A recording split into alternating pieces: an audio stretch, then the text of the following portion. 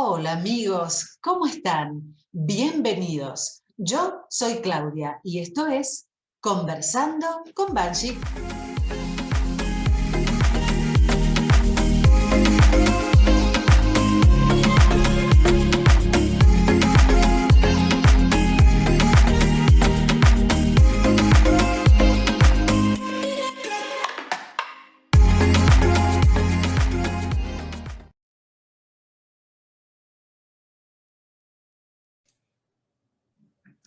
Hola amigos, ¿cómo están? Bueno, nuestro tercer episodio de Conversando con Banshee. Estoy realmente muy contenta por la aceptación que tiene el programa y que de a poquito se van sumando nuevos amigos.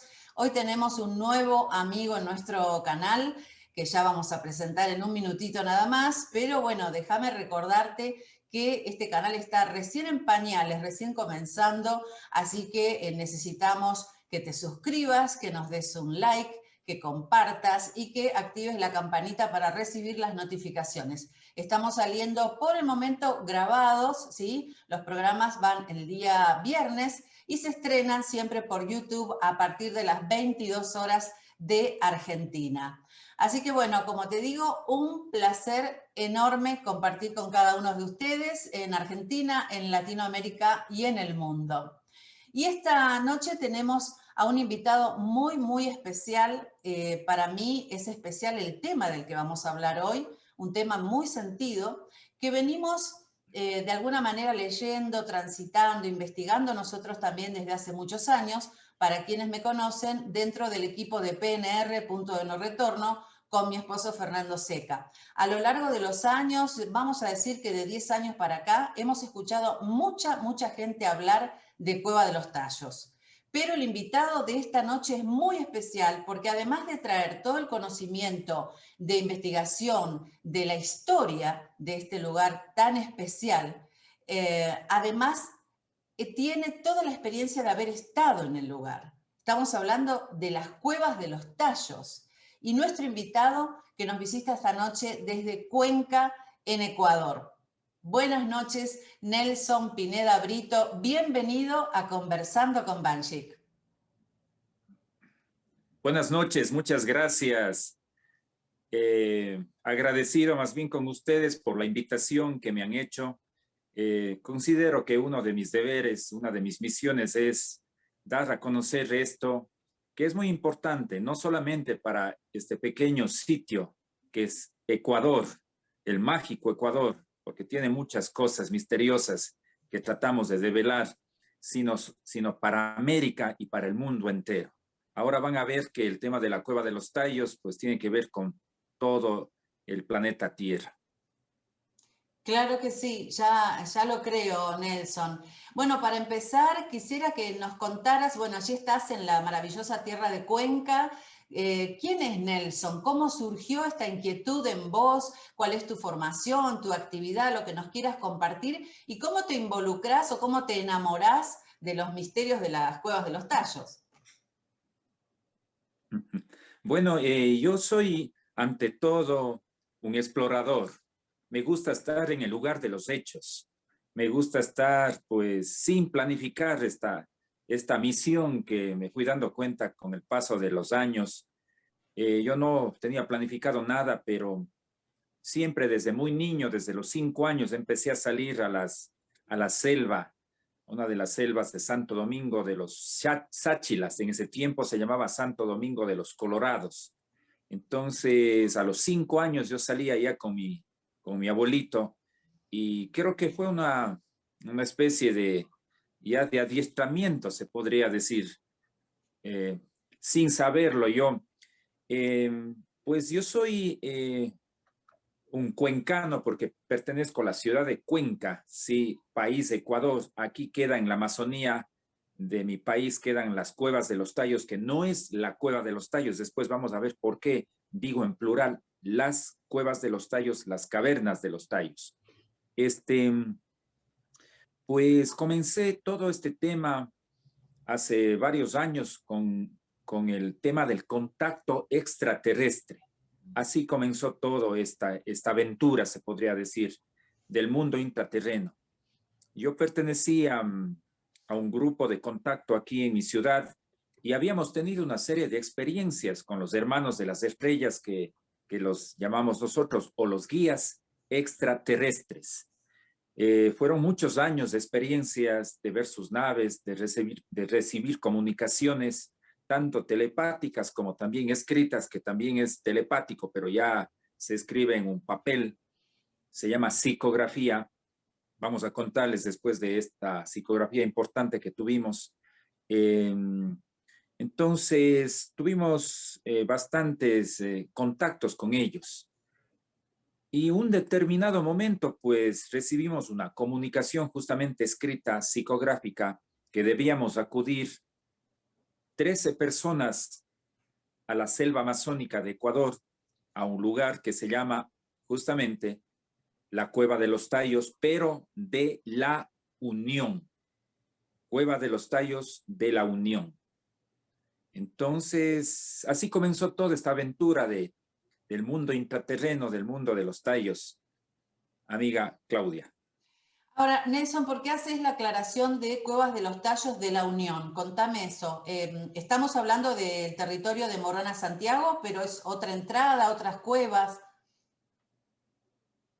Sí, bueno, yo creo que entonces vamos desarrollando con la primera parte de la entrevista, ¿no es cierto? Sí. ¿Qué les parece, amigos, si les contamos la historia y la ubicación de la Cueva de los Tallos para que ustedes tengan una idea bastante clara en dónde está ubicada, cómo es la cueva, qué hay en la cueva, digamos, los paisajes bonitos que hay allí, como primera parte.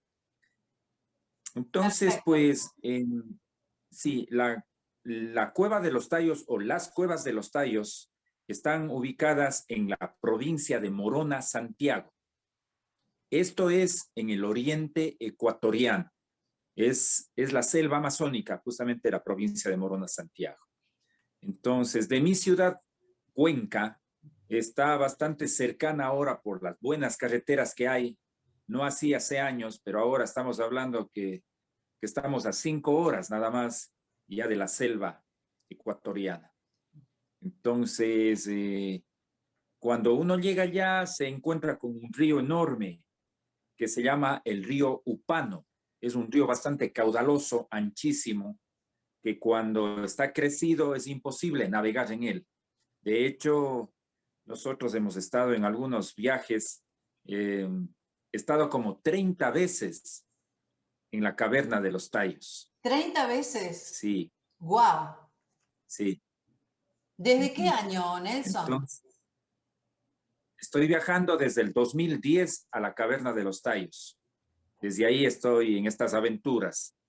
Entonces allí, pues, no sé si es que podemos mostrar unas fotos de Sí, cómo algo no. de la cueva o de la selva. No sé si te pasé alguna foto o del río. Cualquiera de esas fotos está Creo que hay bien para alguna ir. foto que estás con el equipo. Déjame agradecer a Fernando Seca, mi esposo, que está haciendo las veces de asistente aquí con las fotos. Gracias, Fer. Bueno, estamos viendo. Claro, aquí estamos viendo los antecedentes. ¿Sí? Vos querés la del río. Creo que me mandaste una Ese del es río. Juan Vamos. Moris. Ahí está. Este es Esas no son. Es- esas son. Ahí esa. estamos justo en el río Upano. Se Ujú. toma una lancha, es una embarcación a motor, porque el caudal del río es muy fuerte y se embarca uno en esa lancha y se navega por el lapso de unos 25 minutos bajando el río. Pero el río se une con otro afluente que es el río Zamora. Sí, más o menos a unos 3 kilómetros se une con el Zamora y la formación del Upano con el Zamora, valga la redundancia, forman el río Santiago. Entonces nosotros terminamos navegando por el río Santiago y llegamos al otro lado ya en la selva, en la montaña. Allí caminamos por el lapso de 1 hora y subimos a un pueblo que se llama el pueblo de Coangos. Sí, ahí viven los indígenas Shuar. Sí, Shuar. Entonces estos indígenas pues son los dueños de las cavernas. Pero aquí vale aclarar algo, no sé si es que pueden volver a mi imagen. Sí, cómo no. Vale aclarar algo, A ver, ¿cuál? y que vamos a hablar justamente Nelson, de Nelson. Juan Morris. Sí, vamos a hablar justamente del descubridor de la Cueva de los Tallos. Este personaje importantísimo que vamos a hablar de él ya mismo, pues en sus viajes, en sus investigaciones, dijo que no es la Cueva de los Tallos, son las cuevas de los Tallos, porque él decía que son 7 cavernas que estarían haciendo o formando una especie de herradura, una caverna central y 6 a los lados. Entonces, esta sería un conjunto de cavernas que todas quedarían en el mismo lugar, en la misma zona. De estas 7 cavernas, yo conozco apenas 2 cavernas en todos estos años que he estado yendo y viajando al oriente ecuatoriano. Conozco la caverna de la Unión y la caverna de Coangos. La caverna de Coangos es a la que nos vamos a, digamos, a la mayor cantidad de fotos que tenemos es de esa caverna porque allá es en donde han ido las investigaciones importantes. Allí estuvo eh, un grupo de japoneses hace años, estuvo bastantes canales de televisión de aquí del Ecuador. Se realizaron últimamente películas y documentales de la caverna de los Tallos de Coangos.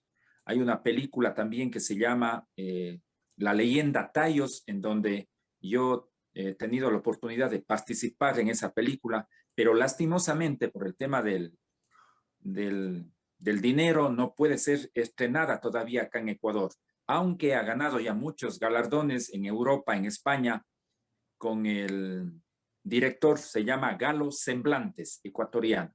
Bien, Nelson, mientras seguimos hablando, bueno, te cuento que acá estamos luchando con la tecnología para volver a las imágenes, buscando la de Morix, como para que ir siguiendo el relato tuyo, ahí está, con lo que nos estás diciendo, ¿no? Nos decís que hay 2 cavernas, por decirlo así, o 2 entradas que son las que vos realmente conocés, las que has visitado 30 veces, ¿no? Desde el 2010 para acá, pero Morix siempre hablaba de muchas entradas, ¿no? Entradas por ahí más accesibles y otras menos accesibles. Así es. Aquí entonces voy a entrar a hablar del tema de este personaje húngaro. Bien. Nacionalizado argentino, justamente. Vivió muchos años ahí en la tierra de ustedes y pues él andaba buscando una cosa que para algunos era descabellada, que era el origen del ser humano. Él cuenta que hay una leyenda allá en Hungría que está en algún libro y que decía esta leyenda que en alguna caverna, en alguna parte del planeta Tierra, existen tesoros y existe la verdadera historia del ser humano. Todo eso tenía grabado en su mente Juan Morix y por eso es que andaba en esta búsqueda de esas cosas. A la final, solo nombraré a Julio Goyen Aguado. Es un hermano ahí argentino de ustedes que él se hacen amigos los dos, y Julio Goyen le dice a Juan Morix que él debe ir a Ecuador, porque en Ecuador va a encontrar lo que anda buscando Juan Morix.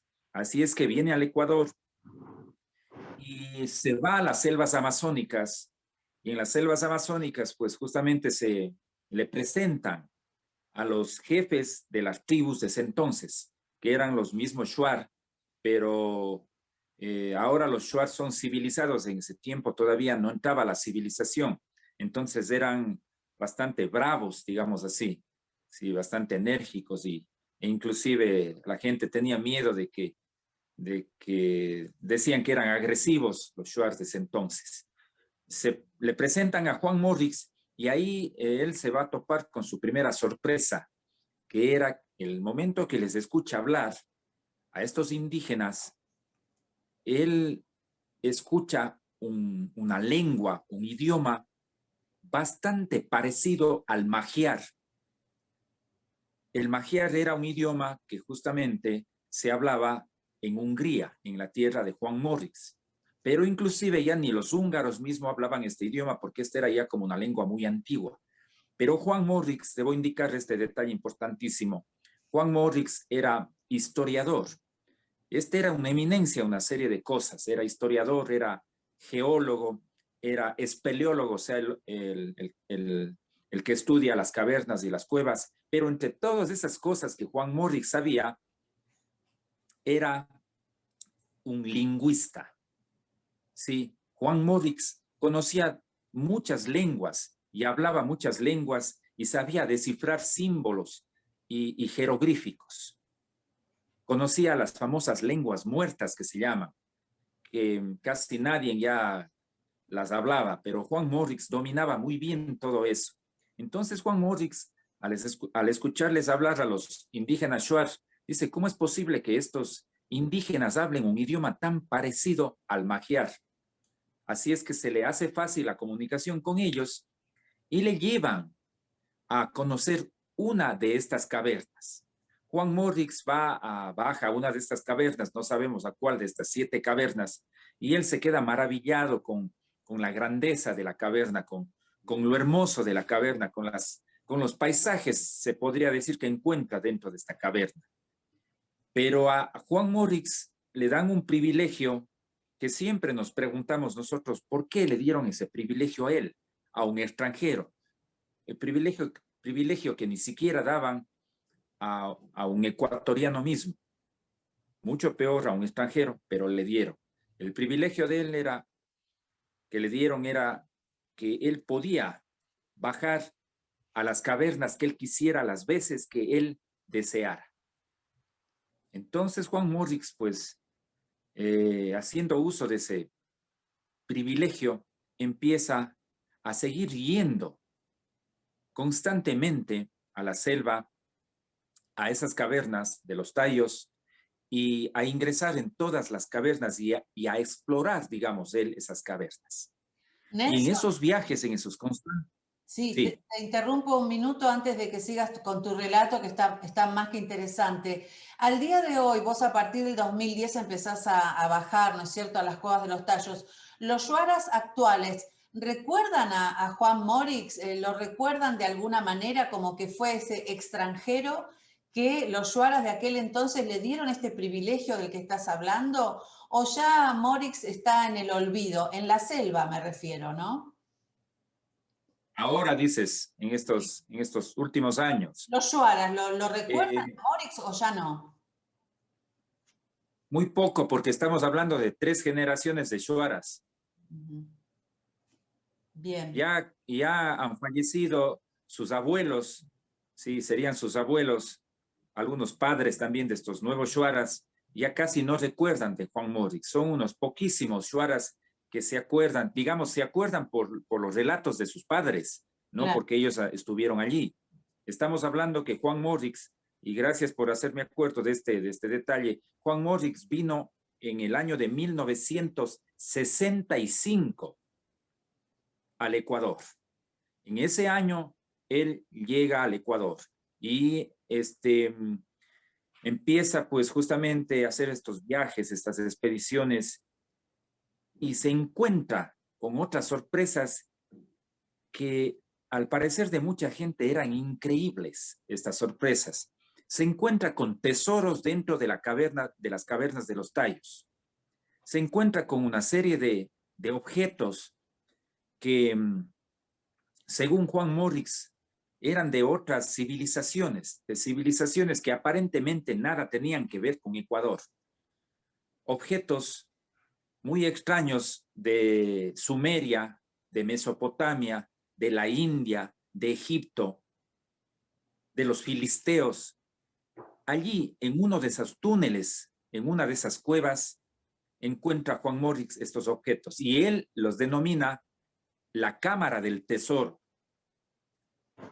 Pero Juan Morix sigue en sus viajes y sigue yendo constantemente y encuentra otra cosa todavía más fantástica, fantástica en el buen sentido de la palabra, porque puede sonar fantasioso, que no quiero dar ese contexto. Al decir fantástica, solamente quiero, digamos, dar la magnitud de lo que encuentra él, al decir fantástico. Encuentra él una biblioteca metálica. ¿Qué sería esta biblioteca metálica? Esto sería latones o planchas en distintos materiales, en especial en oro, plata, bronce y latón también, y se habla de que inclusive en otro material muy extraño que sería una especie de cuarzo, ¿sí? Pero lo más preponderante, lo más importante de todas las investigaciones de Juan Morrix, bueno, y mis investigaciones es esto, es este punto.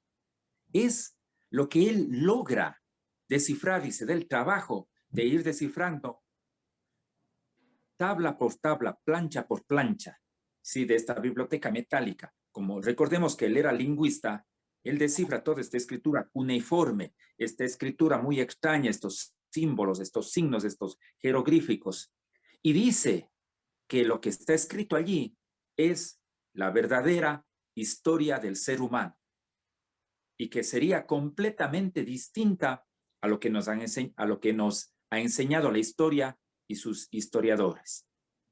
El origen mismo de Entonces, la humanidad, ¿no? el origen de la humanidad, pero más, o sea, no solamente eso, sino ahí dice que está escrito el origen, el objetivo del por qué el ser humano está aquí.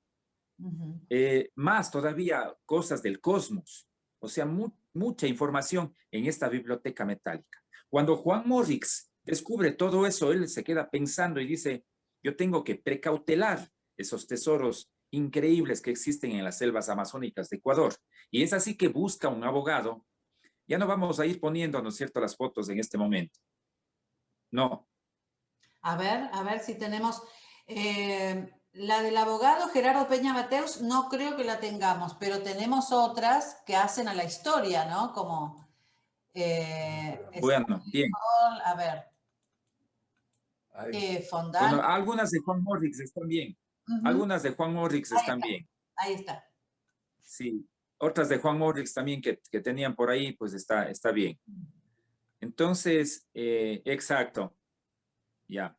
Entonces, Juan Morrix busca un abogado y encuentra al doctor Gerardo Peña Mateus, guayaquileño.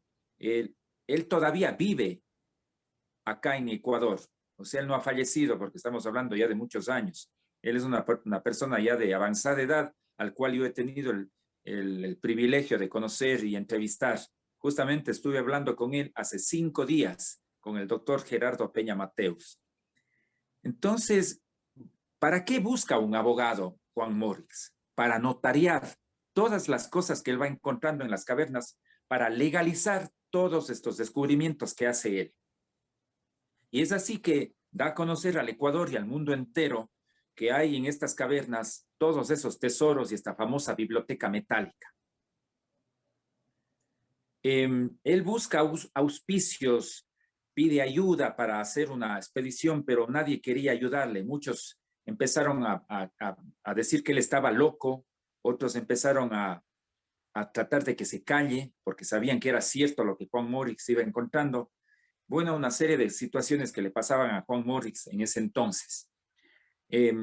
Al final logra hacer su primera expedición y la única, que sería solamente con un grupo de 10 personas auspiciado por un ente, digamos, institucional de turismo que se llamaba Ceturis. Entonces, con Ceturis logran hacer esta primera expedición y única, como les indico, solamente con un grupo pequeño, y en esa expedición también va el abogado Gerardo Peña Mateus. Entonces, van a la cueva de Coangos. Sí, van a la cueva de Coangos, pero Juan Morrix quería hacer otra expedición. Juan Morrix buscaba el apoyo económico, el apoyo de las instituciones, tanto públicas como privadas, pero no conseguía para hacer una expedición grande. Y él quería arriesgarse a llevar a la gente, a este equipo, ¿sí? de científicos, de biólogos, de geólogos, de historiadores. Él quería formar un equipo enorme de gente, inclusive de personas que no sepan nada de estas cosas, sino que vayan como simples observadores o veedores. Él quería llevarles a que conozcan justamente estos tesoros, la biblioteca metálica y la cámara del tesoro. Pero no lograba conseguir el auspicio de nadie. Entonces ahí entra en acción, hay uno de los personajes que para mí no son muy agradables, este señor, pero se le debe indicar. Asoma Erich von Däniken, escritor de varios libros. Ahí está justamente, ahí está Juan Morix con Erich von Däniken, sí, suizo. Erich von Däniken escucha de que hay estos tesoros en la selva amazónica de Ecuador, viene al Ecuador, se hace amigo de Juan Morix, conversan mucho y le dice, Juan Morix, ¿por qué no realiza esta segunda expedición con todo ese equipo que usted quiere hacer? Y Juan Morix le dice, porque no tengo dinero, nadie me quiere ayudar, nadie me quiere apoyar. Y este tipo hábilmente logra convencer a Juan Morix de que él va a conseguir el dinero, pero que le dé unas pocas fotos de la cueva, que le cuente todas las cosas que ha visto en la cueva, y él se iba a regresar a su país, iba a dar unas charlas allá, y regresaba después de un tiempo con el dinero para que se haga esta segunda expedición. Pero ¿cuál fue la sorpresa? Que este tipo se regresó a su país y después de un tiempo asoma escrito el famoso libro El oro de los dioses, libro que se convierte en bestseller mundial y se traduce en más de 25 idiomas y le convierte en multimillonario a Erich von Däniken. Este tipo plagió toda la información que le dio Juan Morix y en este libro, El oro de los dioses, él cuenta que bajó a las cavernas, que él vio la biblioteca metálica, que él vio los tesoros y cuenta todo esto. Eso es mentira. Este tipo para mí es un pilluelo, sí, o sea, hay que decir las cosas como son. Sí, sí, totalmente, Y Nelson. fue Recuerdo que un ladrón de la información. vos que lo conocés al abogado Gerardo Peña Mateus, yo lo he visto en entrevistas con el gran ufólogo Jaime Rodríguez, decir que esta foto en particular fue tomada a las afueras de Cuenca, porque en realidad a donde sí fue al Museo del Padre Crespi, que quedó impactado con la colección, ¿no? Que el mismo Morix le aconsejó que fuera hasta allá, pero en realidad, como bien decís vos, a las cuevas nunca bajó. Así es, esa foto fue tomada saliendo de mi ciudad, allí a la vera del camino, como dice el doctor Peña Mateus. Ahí este tipo se bajaron del carro y Erich von Däniken le dijo, Juan Morix, tomémonos una foto aquí al lado del camino. Y Juan Morix, ingenuamente, pues nunca se imaginó lo que iba a pasar, se tomó esta foto con él allí. Y él en esta foto es la foto de contraportada, si no estoy mal, del libro El oro de los dioses. Sí, tal O cual. sea, todo un plagio de este ladronzuelo, no se podría decir de otra forma. ¿En algún momento regresó von Däniken a Ecuador? Ahora ya hasta donde yo sé, no. Uh-huh. No. Ellos entablaron un juicio, Juan Morix con Peña Mateus entablaron un juicio y fueron inclusive a Suiza para reclamar esta situación con el libro El oro de los dioses. Pero imagínate, apenas dos personas allí desconocidas en ese país, nadie les tomaba en cuenta para nada más, gastaron dinero y todo eso y nunca pasó nada. Ahora asoma allí otro personaje, asimismo, que para mí no es nada agradable, pero se le debe nombrar. Llega a oídos, asimismo, de este boom que causó en ese entonces, en el 67, en donde Juan Morix dio a conocer estas cosas y legalizó justamente estos hallazgos de las cavernas. Y llega a oídos de Stanley Hall. Vamos a ver si es que tienen alguna foto de Stanley Hall. Ahí está ahí está, eso. Ahí está Stanley Hall al lado derecho y Juan Morix al lado izquierdo en la selva. Sí, pero no en la cueva. Sí, en la selva, no en la cueva.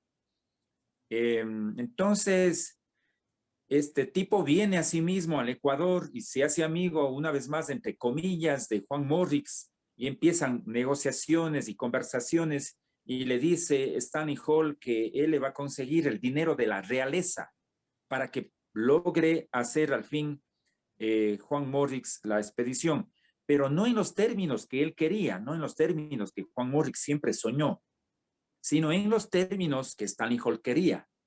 O sea, en otras palabras, no es que le iba a permitir que Juan haga su expedición, sino que él iba a hacer su expedición. Que Stanley Hall iba a traer su equipo, iba a traer su gente y él iba a hacer su expedición. Y un determinado momento le dice, pues Juan Morrix, ya hemos llegado, hemos avanzado muchísimo en las conversaciones, entonces vamos a llegar ya a un acuerdo de dinero, usted va a ser el guía principal de esta expedición. Entonces Juan Morrix dice, ¿cómo es eso que el guía principal? No, señores, dice, si yo les llevo a conocer estas cosas magníficas que hay en la selva, yo no voy a ser ningún guía, yo voy a ser el jefe de la expedición, que era lo más lógico, pues. Entonces, Stanley Hall dice que no acepta esas condiciones, se enemistan entre los dos, este tipo se regresa a su país y después de un tiempo, unos 2 años, no más fue, después de algunos años, regresa Stanley Hall con todo un equipo de gente, ¿sí? Un equipo enorme de gente, de biólogos, geólogos, investigadores, científicos, llega acá al Ecuador y hacen un convenio con el ejército ecuatoriano y con las autoridades del Ecuador y se llamó esta expedición la expedición británico-ecuatoriana. Claro que sí, estamos Y hablando del pues en la año cual... 1976, ¿no? Exactamente, 1976. Ahí vienen ellos a Ecuador. En esta expedición se dice que participó Julio Goyen Aguado y también hay un sacerdote que se llamaba el padre Pedro Porras. Sí, era arqueólogo este sacerdote. Ellos participaron en esta expedición, pero era un equipo enorme de gente y ellos controlaban quiénes bajaban a las cavernas y quiénes salían de las cavernas. O sea, no es que los dueños, los shuaras, ellos tenían el control o el ejército ecuatoriano. No fue así. Y allí viene, vamos a poner otra foto, la que te envié, Claudia. Sí. Esa foto. Esa foto casi nadie ha visto, te cuento. Esa foto es una primicia, se podría decir aquí en tu programa. Ajá. Allí al lado izquierdo está el primer hombre que pisó la luna, Neil Armstrong. Y al lado derecho está Julio Goyen Aguado. Entonces, en esta expedición viene como invitado de honor justamente Neil Armstrong, invitado por Stanley Hall. Y acepta esta invitación, que era lógico porque Neil Armstrong tenía muchos conocimientos esotéricos, era masón grado 33, uno de los más altos grados de la masonería. Y él viene a la caverna. La expedición duró como 5 semanas, que estuvieron todo este equipo de Stanley Hall, pero Neil Armstrong estuvo solamente 3 días. Y en esa foto justamente es única esa foto que logré rescatar recién estos días. Ahí está justamente Neil Armstrong, y se fueron todos los periodistas de radios, de canales de televisión, de periódicos, de revistas a la selva para entrevistarle a Neil Armstrong. Así es que sale Neil Armstrong el tercer día ya de la caverna y le dicen, señor Armstrong, cuéntenos por favor, ¿qué le pareció la vivencia, la experiencia de haber estado en la caverna de los Tallos? Y Neil Armstrong hace una declaración para mí impactante. Dice, la experiencia o la vivencia de haber estado en la caverna de los Tallos supera a la experiencia de haber estado en la luna. Sí, realmente Entonces, impactante. Nelson, vos tenés el dato de que estuvo 3 días. Yo tenía, por un lado, lo escuché a Jaime Rodríguez decir que ni bajó, y por otro lado, a Gerardo Peña Mateus decir que estuvo apenas unas horas. Pero viste que siempre en estas historias hay como diferentes versiones. ¿A vos te llega entonces la información de que estuvo 3 días? Amiga Claudia, aquí el tema de la Cueva de los Tallos hay una serie de teorías y te voy a decir una serie de tonterías también que la gente habla. Sí, muchas cosas que no son ciertas, muchas cosas descabelladas también la gente habla sin fundamentos, pero es cierto que Neil Armstrong estuvo en la Cueva de los Tallos. Ahí difiero de mi querido amigo Jaime Rodríguez. Ajá. Sí, porque él sostiene que él nunca entró y estuvo pegándose las cervezas aquí en algún lugar de Sí, Guayaquil. sí, lo escuché Pero decir. ahí está justamente, ahí está la prueba. Esa foto es la prueba de que Neil Armstrong estuvo con Julio Goyen Aguado dentro de la cueva. Claro que sí. Inclusive está la otra fotografía que no la tenemos ahora, pero que es de público conocimiento, con la estalagmita, ¿no? Que todo el mundo quiere sacarse la foto Ah, allí. por supuesto, exactamente. Yo sí tengo esa foto, sino que no te pasé. Yo tengo esa foto con esta estalactita gigante allí en el lugar de la cueva de Coangos. Ahí es un lugar a donde siempre vamos nosotros también, esa zona, y nos tomamos fotos también allí. Sí, porque es una zona icónica, digamos así, porque estuvo Neil Armstrong. Sí estuvo Neil Armstrong dentro de la cueva. Sí. Entonces, eso es lo que pasó. Aquí hay algo vergonzoso, estimada amiga Claudia y amigos, que también se debe decir las cosas como son. Al final empiezan a jalar ya el último día o los últimos días de la caverna, empiezan a sacar unas 4 cajas o baúles. Y estas cajas estaban completamente ya selladas para que nadie las abra, para que nadie vea qué están llevándose. Y ahí se forma una especie de trifulca con el ejército ecuatoriano, con los shuaras que estaban allí en la superficie, y dicen, señores, ¿qué se están llevando ustedes? Abran estas cajas, ¿qué están tratando de llevarse? Nunca se abrieron esas cajas, nunca mostraron qué había allí. A la final, Stanley Hall se fue llevando estas cosas de la cueva de los Tallos. ¿Qué pensás, Nelson? ¿Qué llegaron a llevarse? ¿Llegaron hasta la biblioteca, según tus investigaciones, o nunca pudieron acceder porque Julio no les mostró la entrada? Sí, muy buena pregunta. Lo que pasa es de que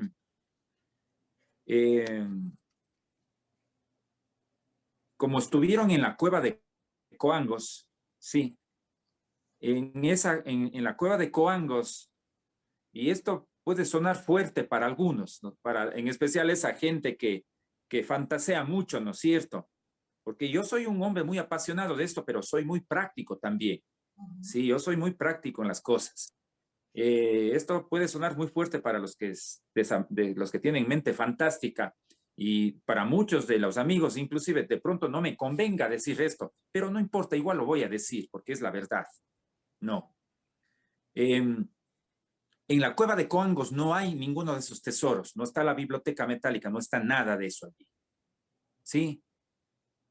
¿Qué es lo que se llevaron? ¿Qué es lo que se llevaron?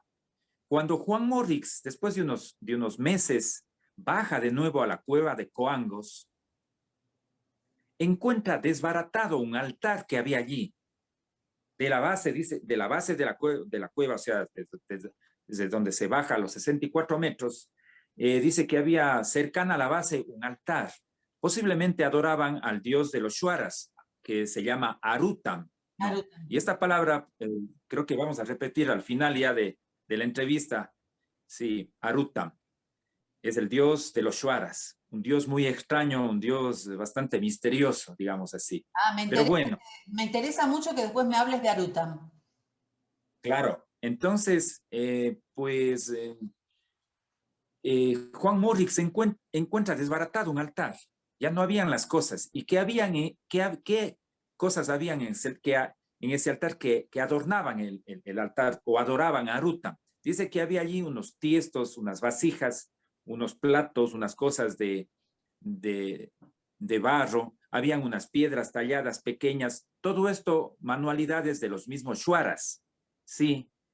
Entonces, para mí, estos tipos lo que se llevaron fueron eso. Se llevaron estos tiestos, estas vasijas, estas cosas que adornaban al altar, se llevaron estalactitas, estalagmitas, se llevaron muestras de agua, muestras de tierra. Eso es lo que se llevaron. Y en el Museo de la Universidad Católica, ¿no? A la cabeza con el padre Porras en aquel momento, ¿no se llevaron también que ahora se exhiben? Sé que yo leí en un libro que también sacaron algunos tiestos, algunas vasijas. Así es, sí. Pero nada más que eso. Bien, o sea, oro no. No. ¿Sabes Claro, por qué no? ¿Sabes por qué pongo las manos al fuego de que no se llevaron nada más? ¿por qué? Porque ahí hay unos guardianes y estos guardianes jamás hubiesen permitido que se saque algo de importancia, digamos así. Jamás. Esto conversaremos ya en la segunda, tercera parte de esta entrevista. Qué interesante, ¿no? Bueno, y estoy recordando en base a lo que estás relatando, Nelson, este tema tan apasionante que tiene que ver con la cueva de los tallos, las cuevas de los tallos, ¿no? Que creo que una de las pretensiones o de los deseos de Morix, de Janos Morix, era que no se tocara nada allí, ¿no? Que todo permaneciera, tal vez respetando también este lugar sagrado del que nos vas a estar hablando después, con estas energías, con este dios creador Arutam, ¿no? Él tenía ese deseo de no profanar aquellos lugares. Y por eso también su enojo Así es. tan grande, ¿no? Con Stanley Hall, con Erich von Däniken, con los mormones en su momento. O sea, creo que él entendió el sentido, como creo que también, querido Nelson, lo estás entendiendo vos, de que se trata realmente de un lugar muy especial donde el humano debe entrar con muchísimo respeto, ¿no? Completamente. Así es, amiga Claudia. Las veces que yo he ido, las veces que he llevado a la gente a la cueva de Coangos, pues lo hacemos así. Lo hacemos con total respeto.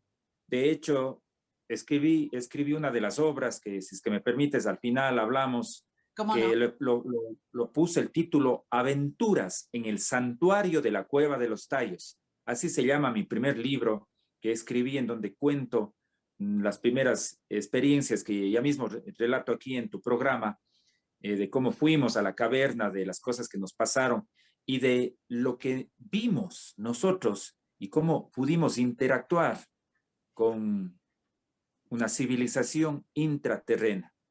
Les estoy adelantando nada más un poco. Realmente en algún momento dijiste fantástico, pero la palabra fantástica utilizada como este asombro que nos produce algo que aparentemente es increíble, pero que está ahí, ¿no? Estamos hablando con un explorador que tiene los pies bien puestos en la tierra, él dice yo soy práctico, pero también tiene abierta la posibilidad aquello que no podemos explicar, ¿no es cierto? A lo intangible, a lo que tiene que ver con las energías, con los sistemas de creencias.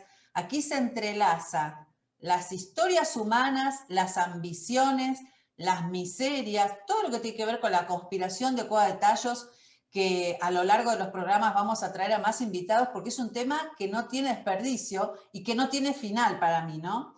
Pero Nelson, creo que el valor agregado tuyo, de tu aporte a esta historia, es esta dimensión que le das desde lo espiritual en el mejor sentido de la palabra, ¿no? De lo cual nos vas a estar hablando luego. Pero avancemos un poco más en el relato. Perfecto. ¿Qué les parece, amigos, si les contamos ahora de mis investigaciones? Perfecto, sí, sí. Somos todo oídos. Vamos a ir viendo unas fotos allí y yo pienso que hay mano de obra en las cavernas. Sí, ahí está.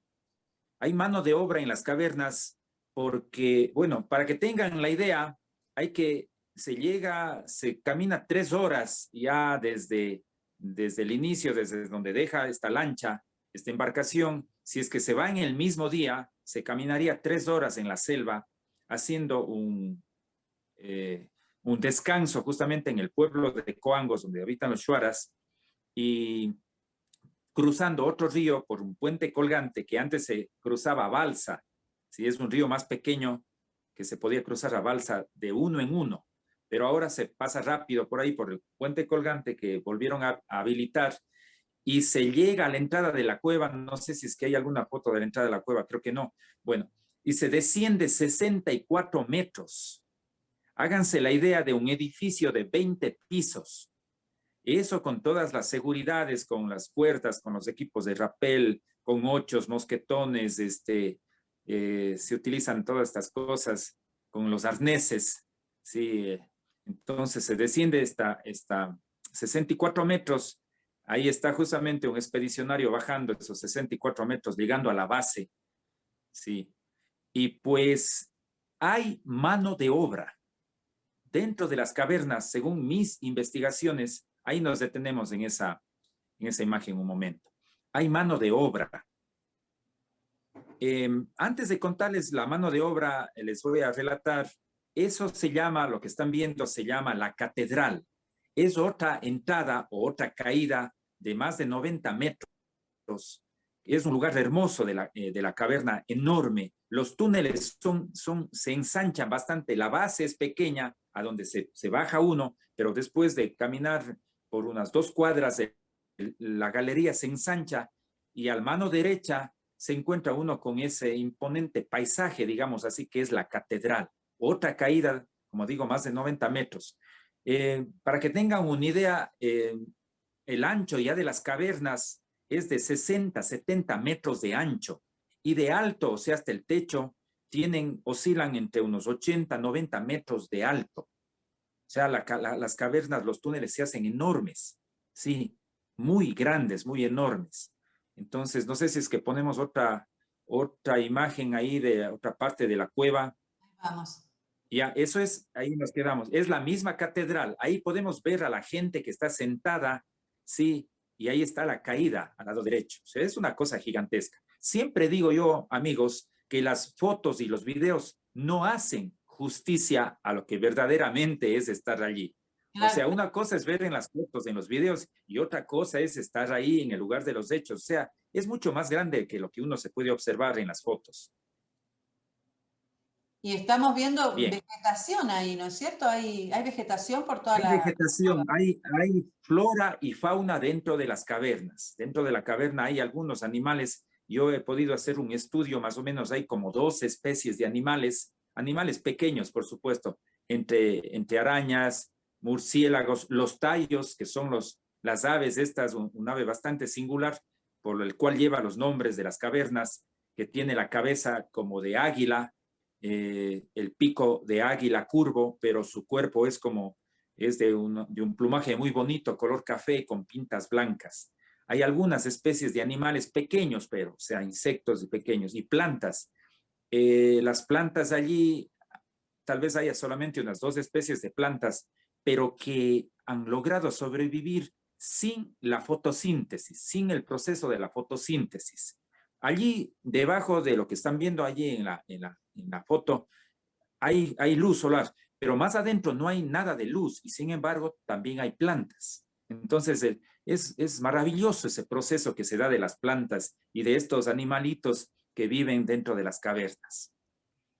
Vamos a ver, les quería llegar al punto de la mano de obra. No sé si es que vemos unas piedras que yo les había pasado, unas piedras grandes. Ya, ahí está perfecto. Eso se llama el arco Juan Morix, en honor a su descubridor. O también le conocen con el nombre del arco del Shiri. Ahí pueden observar ustedes, amigos, eso es como una puerta justamente. Pueden observar cómo están esas piedras, esos como adoquines, completamente tallados, puestos uno encima de otro. Y hay 2 bases. Al lado izquierdo del expedicionario está la base que se ve al lado de la mano de él. Y otra base al otro lado que no se ve en la foto, separa entre base y base solamente 6 metros. Pero se alza esa pared que ven encima de nuestras cabezas, una pared de 80 metros, con piedras puestas ahí milimétricamente, ¿sí? Unas encima de otras. Nelson, esta foto, Nelson, es espectacular. Yo te felicito, es una de tus tantas expediciones. Ahí te vemos saludando, levantando tu mano izquierda. Primero felicitarte por la foto porque pocas veces vi el arco de Morix con tanta claridad. Y yo te pregunto, ¿qué te parece a vos? ¿Esto fue una construcción que fue hecha adaptando la caverna natural Algunos piensan que es una ciudad perdida al mejor estilo del Dorado que en algún momento se hundió. ¿Vos qué pensás? Muy buena pregunta, pero te estás adelantando. Sin embargo, te voy a contestar. Bueno. Bien. Para los entendidos, esto es producto del paso del tiempo y el paso del agua, porque es cierto que el agua está siempre bajando por ahí. Llueve en la selva y se forma una catarata gigantesca de 64 metros y empieza a inundarse la caverna. De hecho, he estado yo en 2 o 3 inundaciones en la caverna. Sí, todo eso lo comento en mi primera obra, en mi libro. Sí, las cosas también que duras que nos han pasado en las cavernas, ¿no? Entonces, esto es, según ellos, dice que es el producto por el paso del tiempo y del agua. Pero yo me pregunto siempre cuando estoy en el arco Juan Morix, ¿el agua podrá hacer esos ángulos? ¿El agua podrá hacer esos labrados? Yo sé que el agua redondea las cosas, hace las cosas ovaladas, sí, las piedras las hace eso, pero nunca el agua hace ángulos, nunca el agua hace objetos rectos ni tallados. Entonces, contestando a tu pregunta, no sé si es que pasamos a otra foto por ahí para contestar a tu pregunta. Por ahí tengo, les había puesto otras. Ya, ese es el arco Juan Morix mismo. Es interesante esa foto también. Ahí vemos clarísimo cómo es el arco también Juan Morix. Ya. Contestando a tu pregunta, te decía que las cavernas, ahí está, fíjense lo perfecto que es el arco, ¿sí? Las cavernas son naturales, en un inicio fueron naturales, pero una civilización las modificó, las adecuó en su determinado momento para poder vivir allí. Y no estoy hablando de los indígenas shuaras, no estoy hablando de ellos, ¿sí? Entonces, estas son las muestras de mano de obra. Ahí está metido la mano de obra, que son construcciones que quedaron ahí como vestigios, digamos, de que alguien construyó algo allí. Vamos a ver otra imagen en donde están unas piedras enormes. Antes de pasar de foto, acá vemos a una de las expedicionarias también señalando el arco Morix. ¿Cuál es la altura desde el piso, digamos, hasta el arco? Porque la verdad que tenía otra perspectiva, yo viendo las fotos de Gastón Fernández del 69 y viendo estas, estoy tomando más dimensión, ¿no es cierto? Son pocos metros entonces, ¿no? Del piso Sí, al... son apenas unos 3 metros desde el piso hacia el techo del arco. Ah, bien, bien. Sí, sí, sí, sí. Y de base a base solamente hay unos 7 metros entre una base y la otra base. Ah, bien, Pero, bien. pero esto es muy extraño porque ni bien se llega a la base, no, de la base solo se camina una cuadra, hay otra bajada de 10 metros y terminando esa bajada de 10 metros enseguida está el arco Juan Morix. O sea, esta es la primera construcción que se ve ahí dentro de la cueva. Y yo siempre digo, esta es como una invitación que dejaron a propósito, como que dice, pasen, esta es la puerta a un mundo intraterreno. Claro, tal cual. Sí, sí, qué impactante, ¿no? Porque uno se sobrepone a la bajada, me imagino yo, al sonido de los Atornix caripensis, estos tallos, y de repente te encontrás con esto, pero siempre de la mano Claro. de un buen guía expedicionario como vos. ¿Te pasó de que por ahí la gente cuando baja, antes de llegar al arco Morix, se largan a llorar, se emocionan? Debe ser una sensación impresionante, ¿no? Te cuento que ha habido hombres que han llorado que cuando ven la entrada ya no quieren bajar. Y mujeres, siempre digo yo, la mujer es el sexo fuerte, no es el sexo débil. La mujer es el sexo fuerte.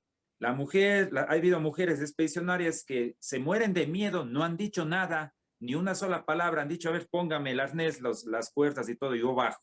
Y han bajado. Y he visto hombres ya no querer descender los 64 metros. No han querido, han llorado, han gritado algunos, pero han bajado. Todos han bajado conmigo.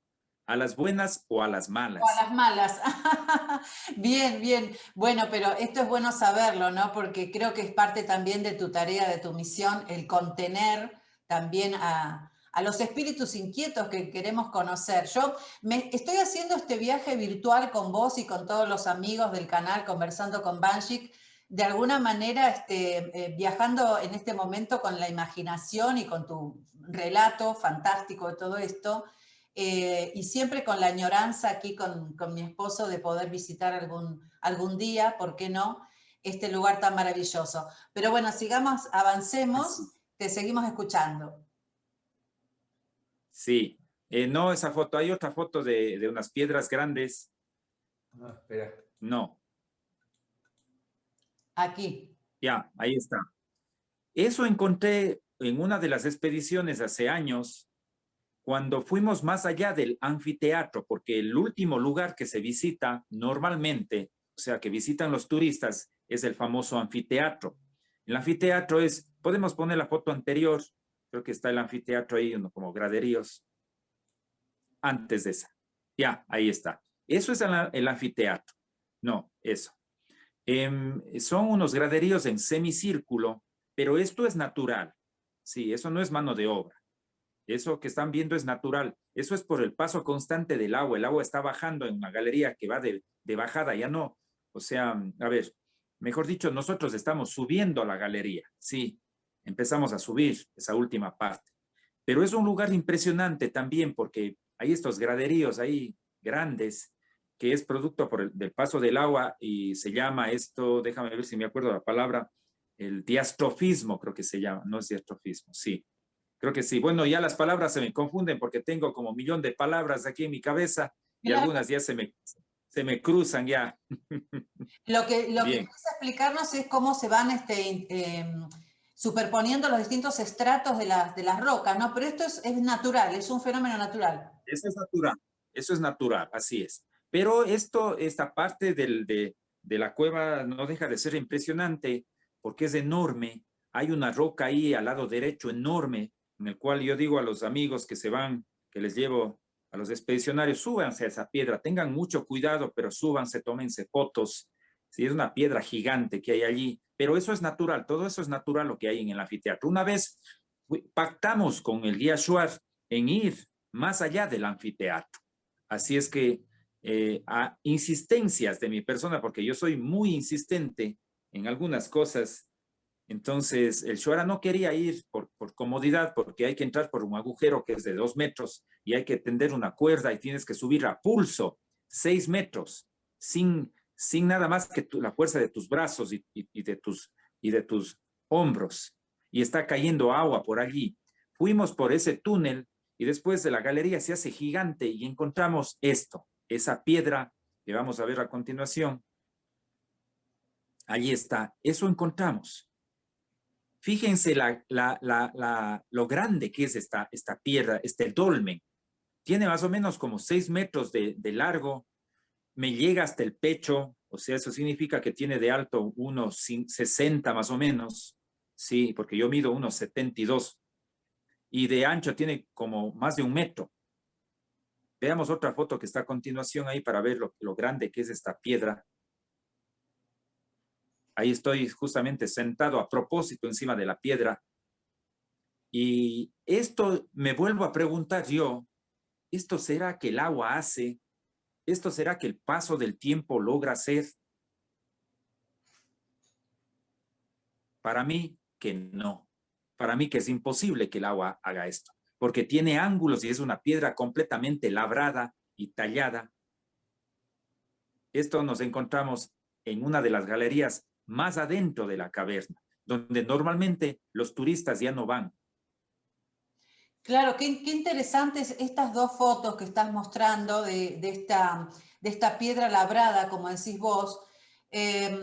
Lamentablemente ahora no la tenemos en la compu, pero hay una foto de Juan Morix del 69, donde está con Julio, creo, si mal no recuerdo, que Sí, están sí. fumando, está fumando él ahí abajo. Qué audaz que era este húngaro, ¿no? Porque hay petróleo, tengo entendido que al menos en aquellos años había petróleo, pero el tipo estaba fumando ahí abajo. Y me parece que es esta la piedra. Ya la voy a buscar después por privado, te la voy a pasar para que vos que sabés tanto del tema me digas si es la misma. Porque Juan siempre Envíame sale... la piedra y me la regalas para mi colección, o sea, la foto de la piedra. Sí, cómo no. Yo estoy especulando, no sé si se trata de la misma, pero es muy similar. Ya Parece que la voy no a es la buscar. misma, parece que sí he visto yo esa, ¿no? Son otras rocas parecidas a esta, unas rocas enormes. Sí, sí, sí. Bueno, continuamos Vamos a ver, escuchándote. Sí. sí, vamos a ver otra foto para ir relatando. Después de esa tenemos otra foto. Ahí está. Esta foto es no en la cueva de Coangos, es en la cueva de la Unión, a la cual ya me voy a referir ya mismo, sí, de las historias que lo que nos pasó en la cueva de la Unión. Esta foto es tomada allí en la cueva de la Unión y pues ahí vemos en el piso, hay un poco de agua allí, pero es una parte plana y vemos como unos adoquines enormes que están ahí puestos. Esto es en un piso. Ujú. Entonces, esto serían las pocas, digamos, evidencias de mano de obra, ¿sí? Que dejaron a propósito, que dejaron ahí para que se vea a propósito.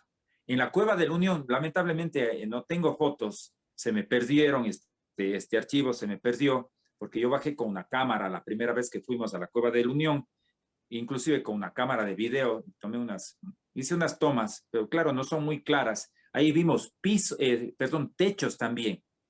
Habían techos, construcción de techos, sí, una pared, este piso. Entonces, todo eso para mí es la evidencia de mano de obra. Claro que sí. Nelson, ahora que estás hablando del piso y del techo, porque viste que uno escucha tantas cosas, en tantos años hemos escuchado mucha gente, ¿no? Y estoy recordando a Alex Gionetti decir que en uno de estos, creo que fue en esta de la Unión, en uno de los ángulos en el techo, inclusive algún recubrimiento dorado, podríamos especular oro o algo similar. ¿Llegaste a ver algo así vos allí abajo, algún recubrimiento de oro o piedras que te dieran la sensación de que hubiera alguna veta de oro o que el hombre en determinado momento, como bien decías vos, reconstruyó el escenario natural para habitar y quedaron ahí restos de este recubrimiento de oro? ¿O es, no sé, relato de otro expedicionario, ¿no? Yo para compartirlo contigo. No creo que sea así, porque si yo hubiese visto, me hubiese vuelto loco y hubiese ido sacando todo el oro que hubiese visto ahí. Ajá. Esto te digo en son de broma. Sí, Sí, claro. esto te digo en son de broma. Sí. No, no, no. Eso no es cierto. En, en ninguna de las dos cavernas a las cuales yo he estado yendo y todo esto se ha visto oro o algún recubrimiento dorado. No, no, esto no es cierto. Eso es una falsedad. Ujú. Bueno, vamos a dejarlo ahí con Ya. 10 puntos Entonces, suspensivos. Continuemos. sí, entonces ese es el tema de las investigaciones, el tema de las veces que he estado yendo allá. Ahora les voy a contar, amigos, ya otra parte en donde pues les voy a contar la primera vez que viajé yo a la caverna de los Tallos de la Unión y de las cosas que nos pasaron, y no solo a mí, sino también al resto de mis compañeros contactados. Y no fue un viaje de turismo, no fue un viaje de investigación, fue un viaje de contacto. No sé si es que me pueden mostrar de nuevo a mí. Ahí estamos.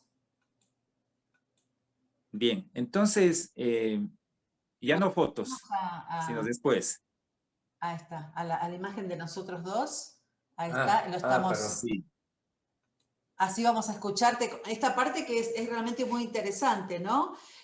Porque vos decís que no es un viaje de investigación ni de turismo, sino que es un viaje que tiene que ver con el contacto. Contanos de esto.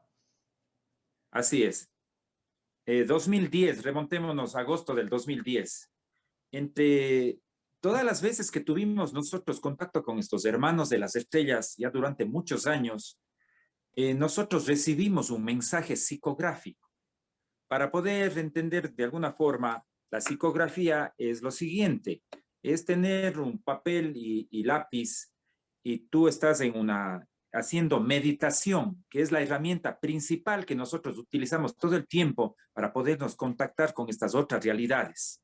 Sí, siempre hemos estado haciendo meditación. Y un día alguien recibió un mensaje psicográfico, que es recibir de un emisor, que sería un hermano del cosmos, sí, hacia un receptor, que sería uno de nosotros. Y uno escribe lo que este ser le va diciendo. Esa es la psicografía.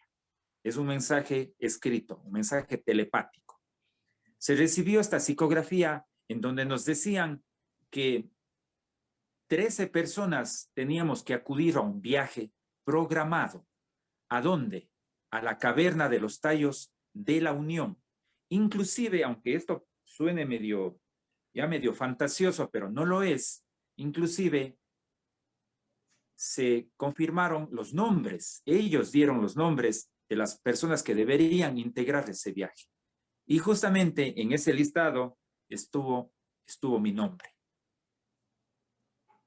En ese entonces yo estaba atravesando una serie de problemas que yo pienso que no fueron al azar, esos problemas que se presentaron desde que yo me dispuse a ir a la caverna, porque para esto tuvimos una preparación psicológica, una preparación mental, una preparación física, sí, durante unos meses atrás.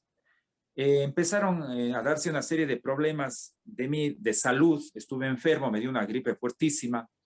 Y las gripes que me daban a mí hace años eran tremendas porque me mandaban a cama. O sea, una simple gripe, yo tenía que estar en cama 3 días porque me daba temperatura y congestionado las vías respiratorias. Bueno, eran muy feas. Ahora ya no. He creado anticuerpos que ni el COVID me hace daño. Entonces, pues estaba pasando por esa serie de situaciones y problemas, pero yo dije, voy porque voy. Yo tenía un llamado increíble aquí dentro de mi corazón. O sea, era una cosa que con el paso de los años y del tiempo fui entendiendo por qué tenía que ir. Porque yo podía haber desistido. No tenía dinero y para un viaje a la cueva se necesita dinero. Sí, se necesita una corriente cantidad de dinero, no mucho dinero como para otros viajes, no, pero se necesita una cantidad. Te estoy hablando entre $250 y $300, que a veces no hay, pues, ¿no es cierto? Sí, claro. Entonces, venciendo todas esas dificultades de salud, de dinero y problemas familiares, acudí a esa invitación. Fuimos 13 personas de distintos lugares de Ecuador y también 2 hermanos, un hermano o compañero de México y un compañero de Perú. Fuimos en agosto del 2010 y nos encontramos allí con una situación un poco desagradable porque a pesar de que se sacaron los permisos y te dan los shuaras, antes era un problema, un verdadero problema ingresar en la selva a la cueva, porque había una corporación de shuaras por un lado, a lo cual tú tenías que pagar ya con anticipación los permisos y te daban un permiso verbal, no te daban un permiso escrito, o sea, tú no tenías un papel para mostrar. Fuimos allá a la selva y ahí los otros shuaras que estaban en la selva nos dijeron que mostremos algún permiso, lo que sea, no teníamos ningún permiso, nos dijeron que no podíamos pasar. Toda la logística del viaje, todo eso, imagínate que para que te digan que no puedes entrar, una cosa tremenda. Entonces, pero de último momento, cuando ya todas nuestras esperanzas estaban ya no había, pues asomó un shuar así que venía por la selva y dice, ¿y ustedes, señores, qué están queriendo aquí? ¿Qué está pasando? No. Entonces, y llevábamos nosotros unos cajones, unos cartones con cuadernos, con lápices, con medicamentos para darles a la comunidad de la Unión. Y dice, ¿qué llevan ahí? ¿Qué quieren llevar ahí? Queremos entregar esto a la Unión y queremos llegar allá, pero no nos dejan pasar los otros amigos shuaras. Y él dice, yo les voy a dejar pasar. Yo soy el síndico, o sea, era la autoridad del caserío de la Unión y él nos deja ingresar en la selva. Claro, entonces fuimos al caserío. La autoridad, o sea, se les presentó ahí delante, o sea, tenían que cumplir sí o sí con la bajada a los tallos, ¿no? Eso fue en agosto del 2010, la primera vez que vos bajaste a las cuevas. La primera vez para la mayor parte de gente. Nosotros sabíamos a lo que íbamos en teoría, nos habíamos preparado, sabíamos en teoría qué es lo que íbamos a encontrar, pero como siempre, la teoría difiere muchísimo de la práctica. Otra cosa es estar allí. Estuvimos 4 días dentro de la caverna de los Tallos de la Unión. Un tiempo bastante fuerte, un tiempo bastante duro, porque nos pasó de todo allí esos 4 días. Todo esto relato en mi libro. Y pues les voy a contar las anécdotas y las experiencias, parte de esas experiencias, de lo que me pasó y de lo que pasó con mis compañeros.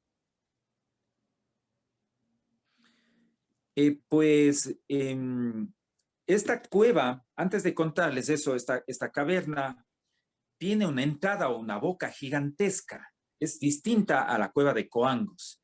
La boca de la caverna oscila entre unos 50 y 60 metros de ancho. Es una cosa impresionante la entrada. Y la bajada es de 80 metros. Mucho más que la otra, ¿no? La otra es de 60 y esta es de 80. Son como 20 metros más. Sí, es una cosa impresionante la bajada, la boca de la cueva. Ingresamos todas las personas y nos tomó varias horas poder ingresar ahí con la ayuda de los shuaras. Y cuando íbamos ingresando, justamente les voy a contar una anécdota que tuve con un animalillo, sí, con un animal que decían que está en la cueva. El shuara que se llama Ítalo, un gran amigo que nos hicimos y nos volvimos a encontrar después de 10 años. Me encontré el otro año, en el 2020, con Ítalo, un indígena. Pues él era nuestro guía, nuestro único guía.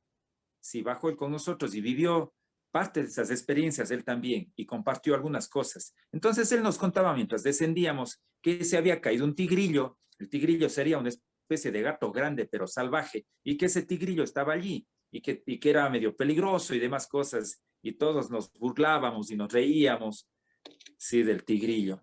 Pero algo me pasó a mí, una experiencia muy extraña, que en una de esas noches, de esas madrugadas que yo dormía, tapado por ustedes les dicen otra cosa, capa creo que le dicen ustedes, es una especie de plástico para no mojarse.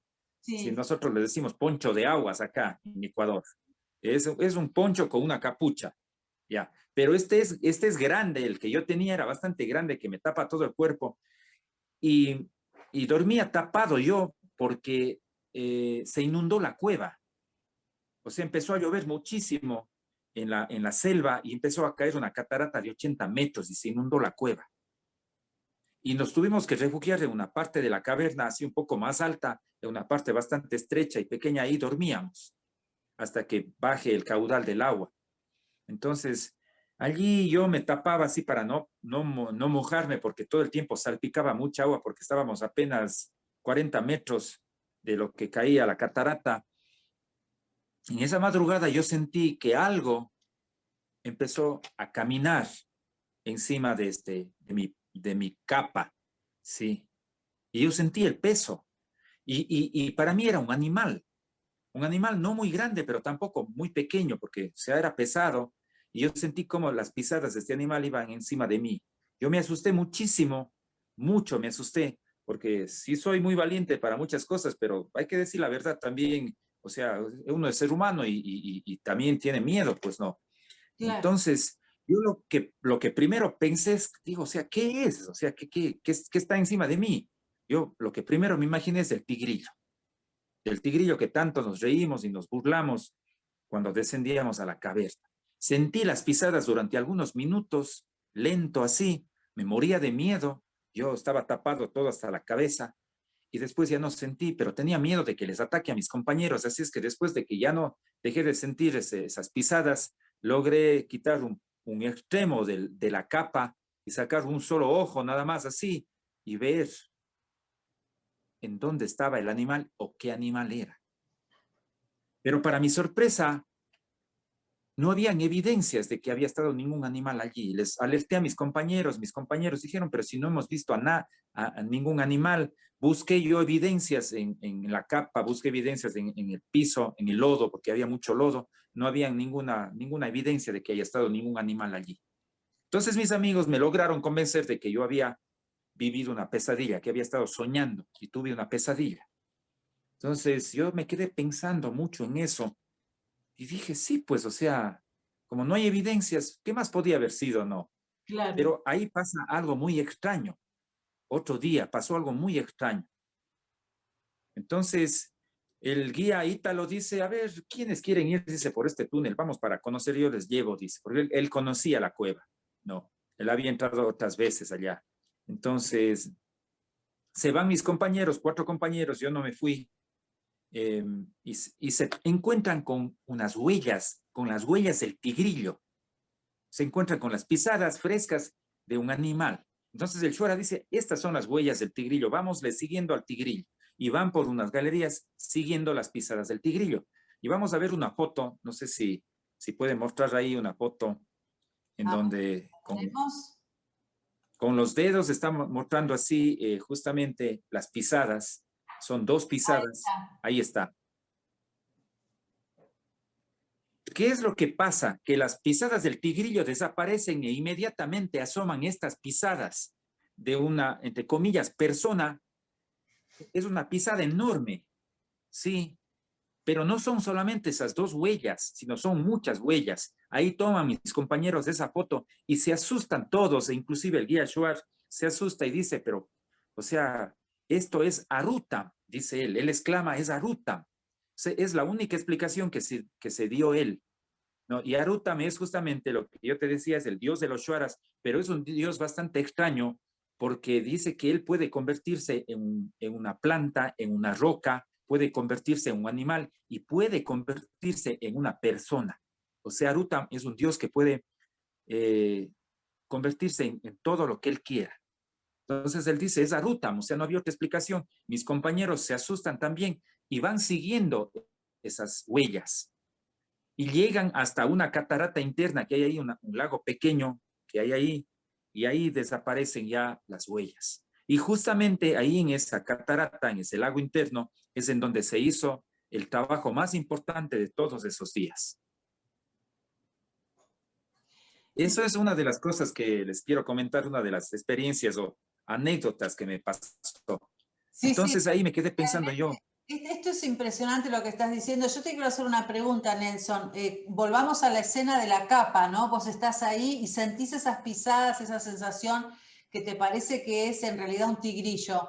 ¿Fue un tigrillo o fue Arutam que estuvo por ahí chequeando quiénes eran los que estaban en la cueva? Porque hay muchas historias de Arutam, ¿no? Que pasa, que va de alguna manera viendo el tema de la energía de la gente o la maná, dicen algunos por allí, como se escucha hablar en, Cueva, en Isla de Pascua, ¿no? Te midió la maná a ver qué tan buen corazón tenías vos y tu expedición, o te quedás con la versión de que fue un tigrillo y nada más lo que tenías sobre la capa. Te voy a contestar de esta forma. Eso que yo sentí y eso que vieron allí, están las evidencias, son estos seres intraterrenos que pueden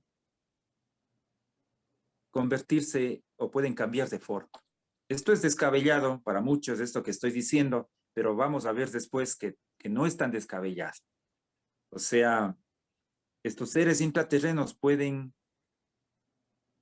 transfigurarse o convertirse o cambiar de forma. Esto es una aparente cosa descabellada, pero no es así. Si no estuviera seguro de esto, pues no lo dijera.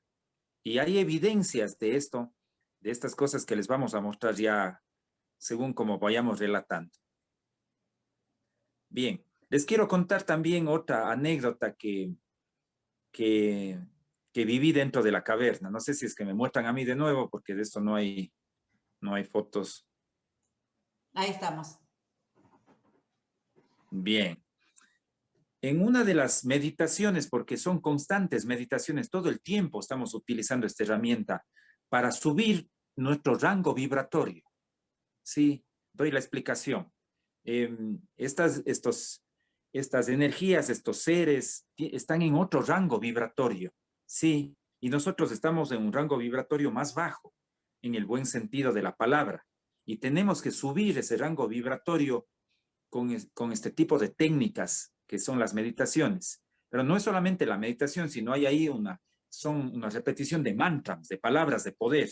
Si cantamos nosotros esas palabras de poder, y ahí vamos subiendo el rango vibratorio, o lo que se llama la rata vibratoria.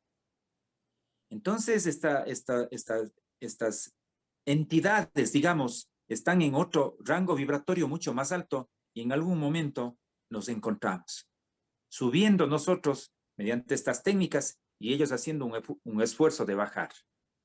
Sí, estaríamos hablando de seres, son seres físicos, seres intraterrenos. Nosotros íbamos a un encuentro con ellos, que yo te dije, en teoría, nosotros sabíamos a lo que nos íbamos a encontrar, sabíamos de su existencia, sabíamos de su historia, pero el rato de estar ahí en el lugar de los hechos es una cosa que Claro. sí te causa temor.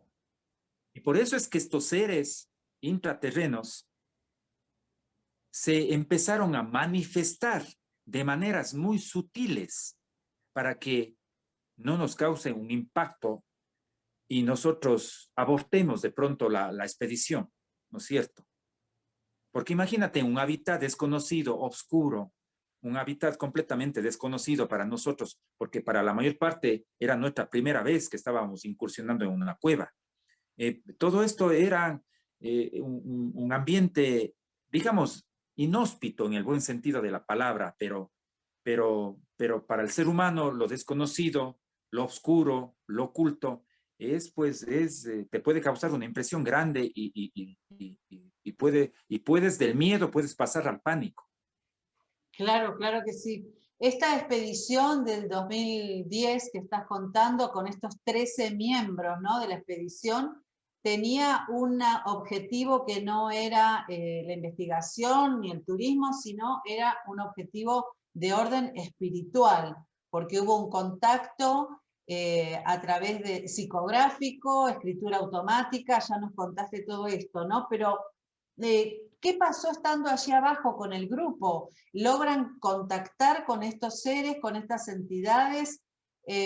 Contanos esta experiencia como para poner en contexto desde el lugar que vos abordás las cuevas, ¿no? Porque, bueno, al menos para mí es la primera vez, he tenido la oportunidad de hablar con otros expedicionarios que van desde otros lugares.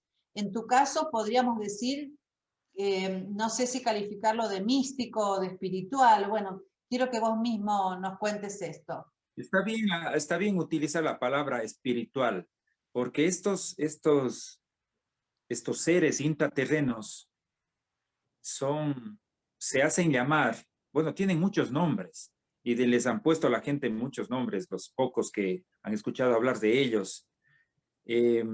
Pero el nombre correcto que ellos mismos dicen son los maestros de la Hermandad Blanca, seres de altísima sabiduría, de altísima evolución espiritual y mental, que aprendiendo de sus errores, de sus problemas, de sus padres y de la historia que tuvieron, porque tienen una historia estas civilizaciones intraterrenas, y aprendiendo de todos sus problemas, de sus guerras, de sus conflictos, lograron evolucionar y se convirtieron en seres evolucionados, en maestros. Entonces estas entidades se contactaron con nosotros. Empezamos a recibir mensajes psicográficos todo el tiempo. Y de hecho tenemos lo que se llama, en cada salida que hacíamos a distintos lugares, no solamente en las cuevas, sino a otros lugares, los grupos de contacto, se llaman informes. Nosotros tenemos elaborado un informe de 30 páginas en donde todos contamos lo que nos pasó, las experiencias personales y las experiencias grupales. Sí, fuimos y logramos realizar el objetivo que era contactarnos con estas civilizaciones intraterrenas. Como les digo, esto puede sonar a una película de ciencia ficción, pero no lo es verdad. Eso nos pasó a todos los 13, no solamente a mí, sino nos pasó a todas las personas. Y les voy a seguir contando qué más nos fue pasando. Cómo estos seres se iban manifestando durante esos 4 días que estuvimos de distintas formas. Porque como te digo, estos seres siendo físicos y ahí viene la pregunta que muchos estarán haciendo, y tú también. O sea, ¿cómo es el aspecto real de ellos? Claro, sí, sí. Porque bueno, me estás diciendo que al principio para no atemorizarlos se podían mimetizar o transformar, ¿no es cierto?, en diferentes animales o demás. Pero en algún momento se presentan de forma física, no sé si antropomorfa o de qué manera ante ustedes. Estos seres son seres físicos iguales a nosotros. Tienen una apariencia humanoide, solo que su altura es mucho más grande. Estos seres miden más de 2,50 metros, 2,60 metros, 80, 3 metros. Son muy altos, pero son seres físicos. Pero esto es importante que diga y lo detalle para poder entender estos otros relatos que les voy a hacer. Siendo estos seres físicos, siendo físicos, pueden transmutar a otra cosa. Los científicos mismos lo han dicho. Nosotros en realidad no somos esta masa de carne y hueso que estamos tocando y que estamos viendo, sino nosotros somos energía. Si nosotros pudiéramos utilizar la capacidad de nuestro cerebro, podríamos transmutar a una esfera de luz. Pero todavía no sabemos cómo utilizar esa capacidad de nuestro cerebro, que sí tenemos todos los humanos. Sin embargo, hay unas pocas muestras como los maestros de la India. Sí, estos maestros de la India, en estado especial de contemplación o meditación, pueden levitar, pueden quitarse ya la situación de la, ¿no es cierto?, de lo que tenemos en el planeta, se me va la palabra. Bueno, pueden levitar y pueden también aparecer, la gravedad, exactamente, sí, pueden aparecer y desaparecer a voluntad. O sea, esto es cierto. Los maestros de la India pueden hacer eso. Y hay evidencias. Pongo estos ejemplos porque vamos de nuevo a la cueva de los tallos. Estos seres intraterrenos manejan a voluntad esas capacidades que tienen. Y voy a relatarles estas otras cosas que nos fueron pasando. En un momento que estábamos haciendo meditación en otro lugar de la caverna, pues yo empecé a visualizar que unos rostros de energía, ¿sí? Unos rostros así redondos, con ojos, con boca, que me estaban viendo. Y eran de color, inclusive, estos rostros de energía. Eran redondos. Sí, 4 rostros redondos. Pero yo te digo, yo soy un tipo muy realista, soy muy, ¿cómo te digo? Me gusta saberlo, si es cierto lo que estoy escuchando, estoy viendo, o sea, me gusta estar seguro. Y yo pensé que me estaba imaginando. No, yo dije, me estoy imaginando estos rostros y abrí los ojos. Y el rato que abro los ojos, había una pared de la cueva a 6 metros de donde estábamos sentados todo el grupo. Los vi proyectados allí, a estos rostros. Entonces yo les llamo una manifestación holográfica, porque era como una película, estaban ellos ahí y estaban observándonos a todo el grupo. Esto no me causó a mí miedo, sino yo me quedé extasiado viéndoles, y esta experiencia como 3 minutos más o menos. Vos sabés que esto, déjame hacer Los un vi. paréntesis, el tema holográfico lo he escuchado en relatos casi de ciencia ficción en algún congreso aquí en Capilla del Monte, Córdoba, Argentina, de la mano de Bettina Alem, que bajó allá por la década de los 80 con Juan Morix. Y Bettina nos dijo en radio alguna vez de alguna clase de proyección holográfica que ella encontró allá abajo. Algunos en el auditorio, me acuerdo en aquel congreso, se miraron como diciendo, esta mujer está loca. Otros queríamos saber más. Ella no dio mucha información, pero sí deslizó lo mismo que estás diciendo vos, Nelson. No sé si conoces a Bettina Alem, pero ella habló del mismo concepto, la proyección holográfica. ¿Y en qué lugar estaba ella? Ella bajó con Juan, él la llevó, según ella cuenta, según sus relatos, a diferentes sectores no conocidos que solamente Julio y un círculo muy, muy pequeño tenían ¿Pero en acceso, dónde? ¿no? ¿En dónde? No sé en cuál de las cuevas, eso sí que no sé, porque aquí hay varias cuevas. Habría que volver Ah, sobre pero para tú dices preguntar. allá en Argentina. Tú dices, a eso me refería. No, ¿A no, no, dónde? En Argentina. en Tallos, en Tallos. Bettina Allen fue alumna de estuvo participando cuando Juan estudiaba todo lo que tenía que ver con sumerología y con filología, con lenguas antiguas. Y ella lo conoce. Quedo pendiente de toda esta información que me tienes que dar ahora vos a mí. ¿Cómo no? Yo ¿Cómo también no? tengo que aprender muchas cosas. Ella Sí, no era es que yo sé mira, todas te las lo cosas. resumo así, era muy, muy jovencita cuando lo conoce, después pasan muchos años, se dejan de ver, y en un viaje a Estados Unidos, que está ella con su esposo, le comentan que hay un expedicionario que va a bajar a Tallos, y le dicen que es Juan Morix.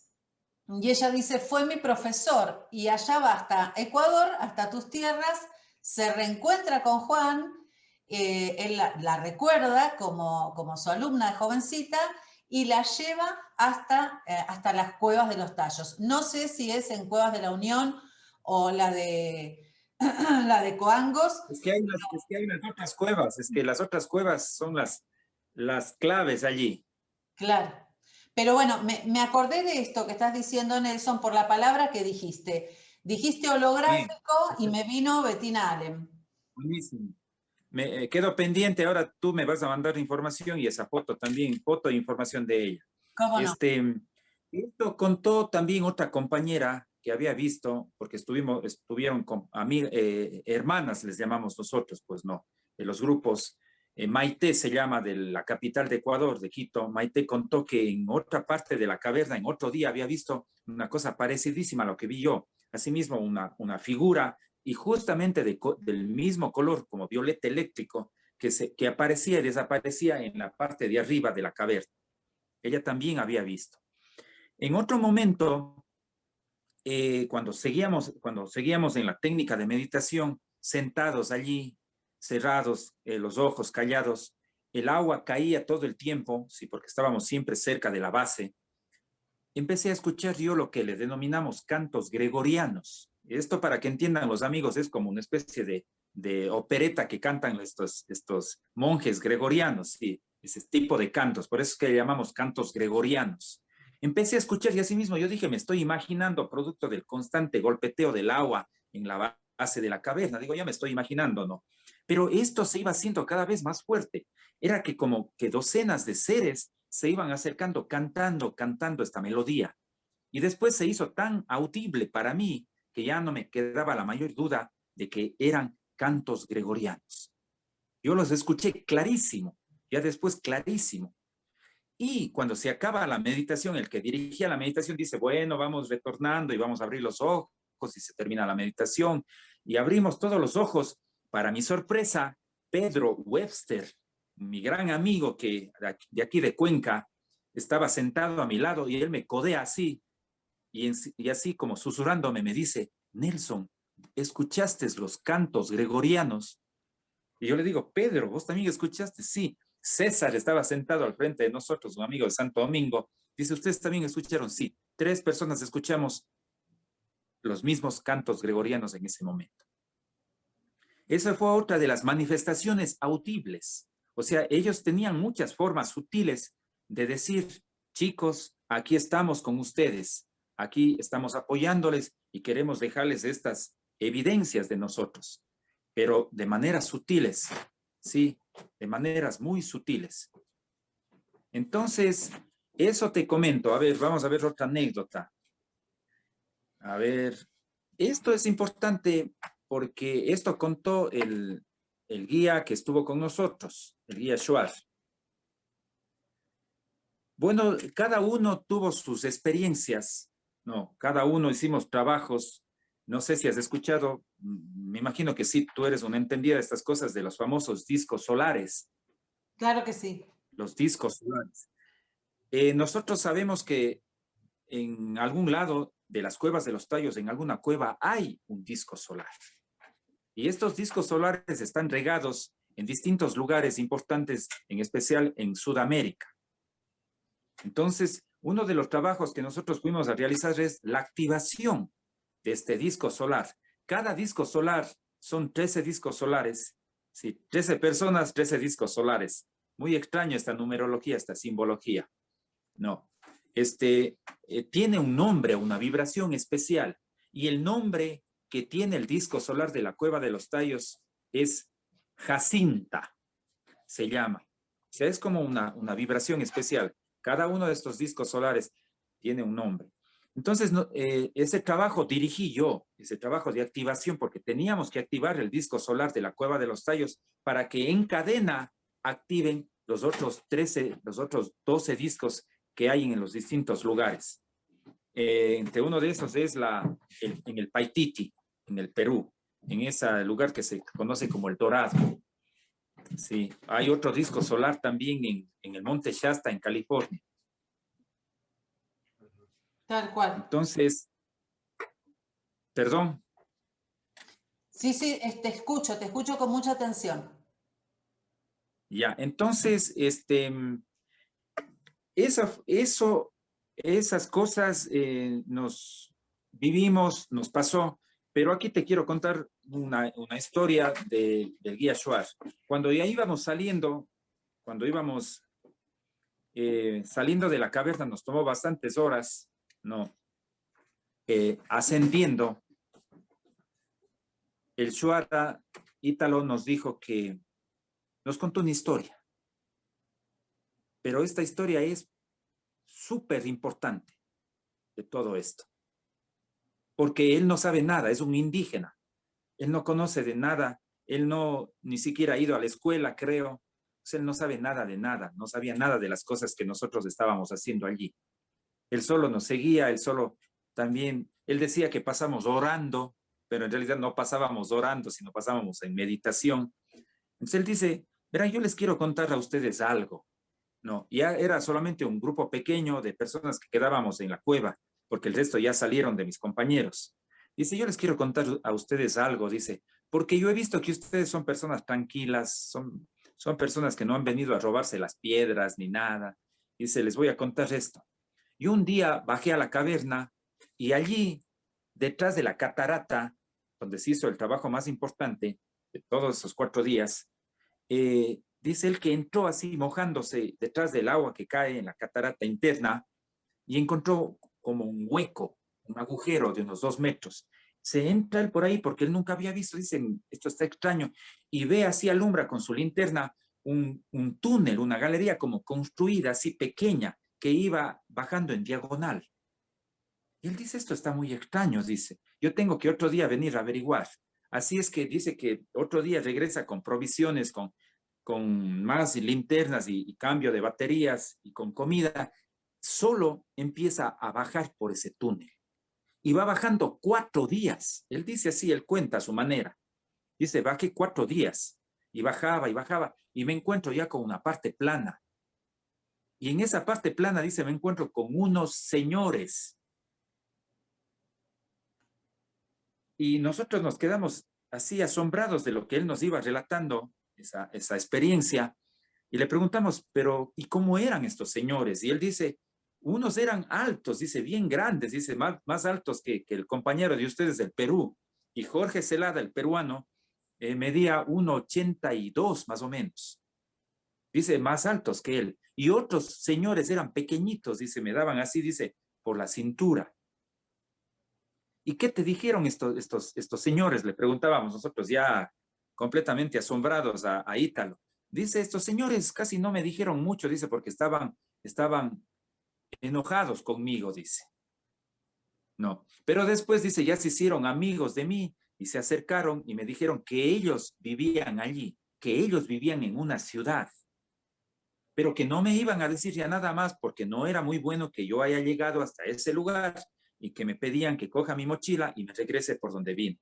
Así es que me despedí de ellos, me regresé por el mismo túnel, salí a la base de la cueva y ahí me jalaron mis compañeros, dice, y salí, dice, de la caverna.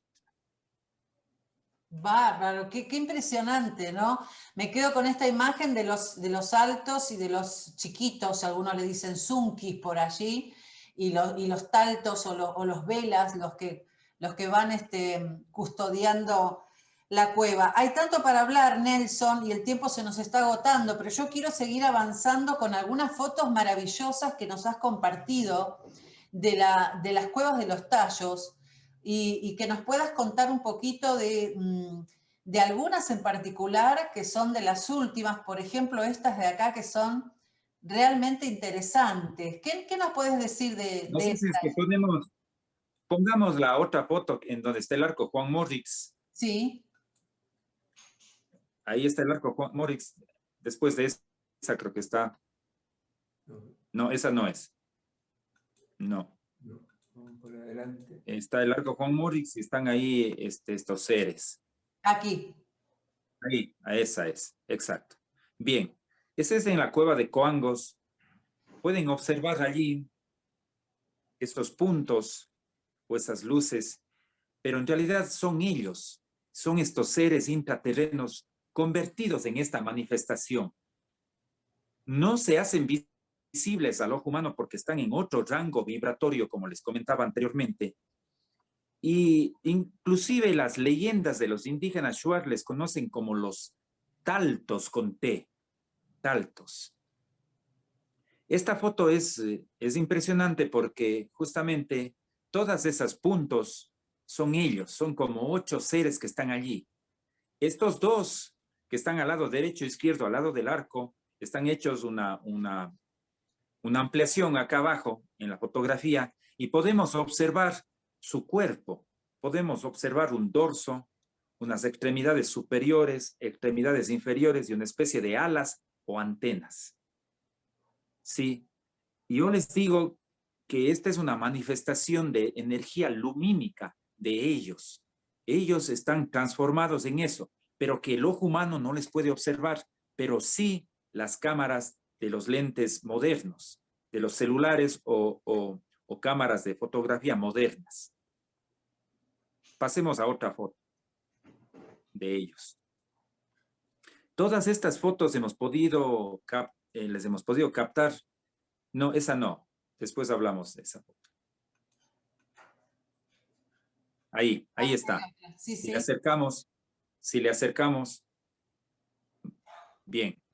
Esa es también una de las manifestaciones de ellos y está clarísimo allí.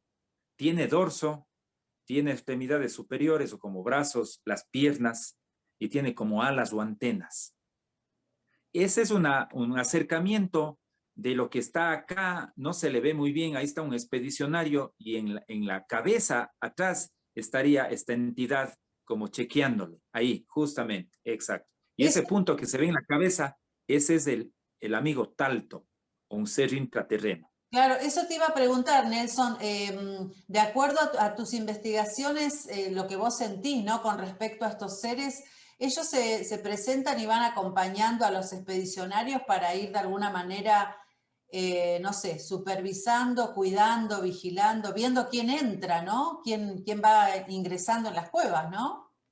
Ya te voy a comentar los objetivos de estos seres, porque están con objetivos, tienen objetivos ellos de estar allí. Veamos otra foto.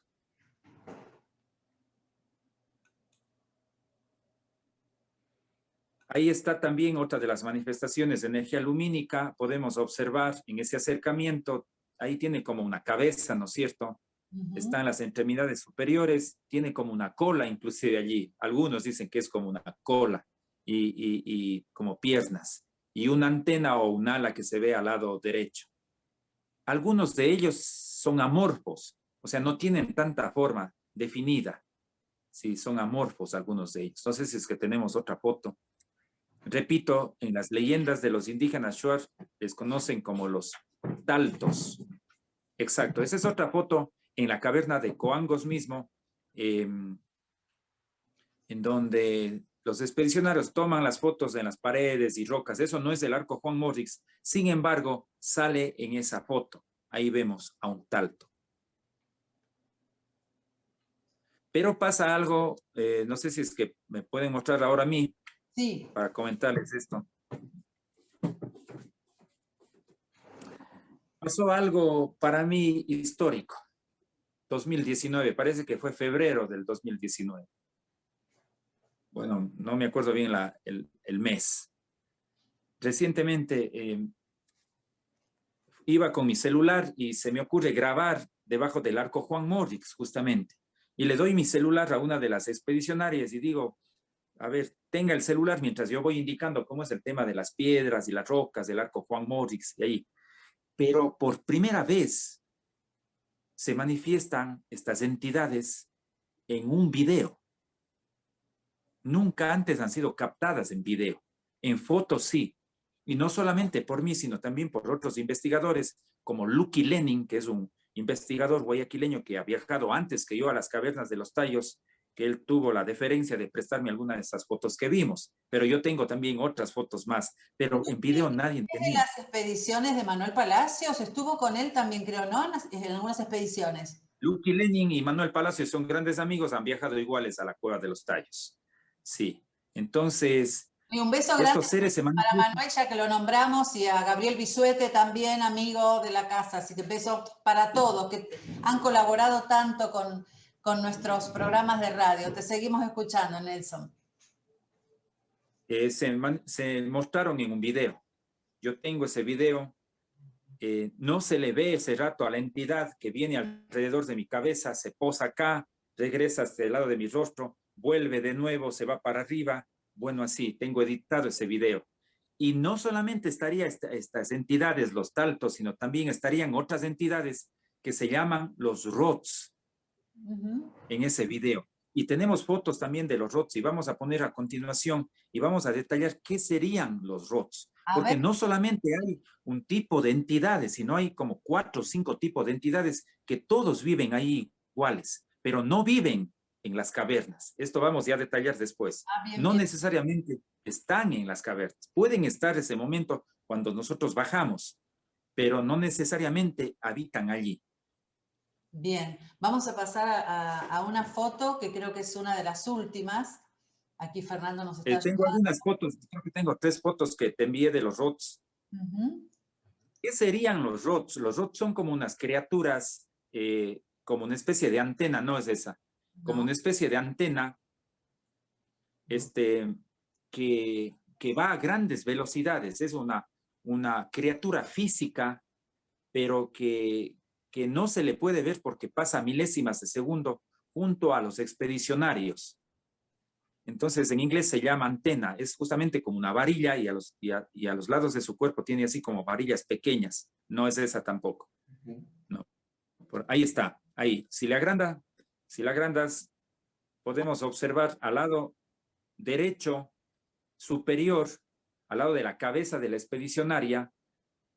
Mucho le agrandaste porque se pasó, ya no se le ve bien el cuerpo. Ahí está una varilla, exactamente. Esa es esta entidad llamada rod. ¿Cuál es la función del rod? De lo que yo he logrado investigar y de lo que José Escamilla, que es un productor de cine, dijo hace años, que este es una entidad que cumple las funciones como de un dron. Tenemos muchas fotos de estas entidades, de los rods, captadas en video y en fotos, que estas entidades vienen como a chequear cuántas personas bajan a la cueva, cuáles son sus intenciones y cuál es el grupo que está allí, y enseguida van a avisar a otras entidades. Veamos otra imagen de otro rod. Nelson, cuando ustedes toman esta foto, ninguno se dio cuenta que estaba esto ahí atrás. Te repito, estimada Claudia, que no se les ve. Bien, sale en la foto, No, digamos.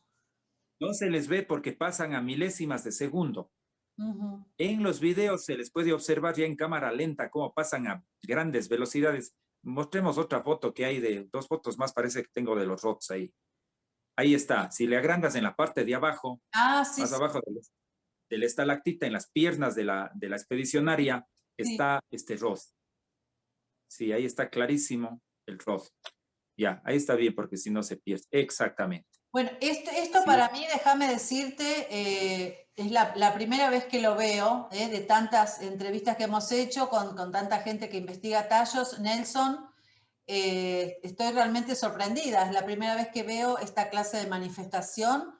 Vos decís que son también guardianes o que van chequeando, ¿no es cierto?, allí la presencia humana, ¿no es cierto?, allí abajo, estas antenas o rods en inglés, ¿no? Pero realmente impresionante.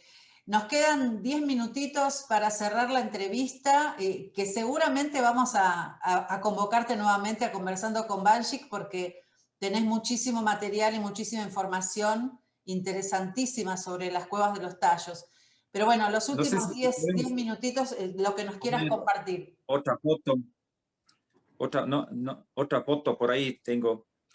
Eh, Hay una foto de un talto. Si le acercamos, ahí estoy yo en la mitad de los expedicionarios, y eso que se ve al lado de mi rostro es un talto. Pero como yo les decía, también son amorfos. No es la linterna del guía que está atrás de nosotros, ese es el guía. Él Sí. está con su linterna en la cabeza. La amiga esta que está a mi lado tiene su respectiva linterna. Yo estoy con mi linterna. Lo que aparece al lado de la cabeza de ella y de mi rostro es un talto. Es un ser intraterreno, pero más amorfo. Pero Bien. no solamente hay los rots y hay los taltos, que serían estas entidades intraterrenas, sino también hay otras entidades que se les conoce, y ponemos otra foto pequeña ahí que no se le ve muy bien, que se llaman los Zunkis. Sí, los Zunkis. Estas entidades son como niños, son entidades netamente, ese es el Zunki. Esa es una foto, es una cosa real, es una foto, no es tomada por nosotros, no sé quién tomó, en dónde la tomaron, cuándo la tomaron, no sabemos, pero ese es el rostro de un Zunki. Es como un niño, es un ser muy delgadito, de extremidades largas, de 4 dedos, un ser que no soporta la luz, ni siquiera de las linternas, y que tiene una agilidad increíble, sí, porque brinca de un lugar al otro, y son seres psíquicos. Estos son como niños. Y a estos seres también hay leyendas de los shuaras, que ellos dicen que son los guardianes de las aguas, de los manantiales, de los riachuelos, ¿sí? Los Zunkis. También hay historias y leyendas en Roraima, en el monte de Venezuela, en donde se les conoce a estas mismas entidades con el nombre de Amaikok.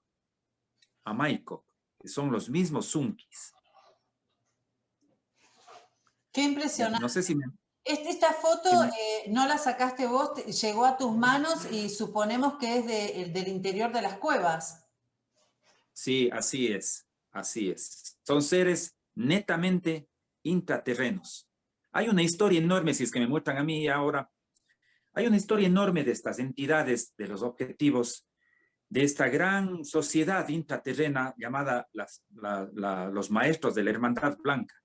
Si es que alguna vez hay más tiempo, pues podemos contar del tema de la Atlántida, porque sus padres serían los atlantes. Claro. Este gran diluvio que hubo hace más de 12.500 años, de la procedencia de ellos, y bueno, ya no hay más tiempo.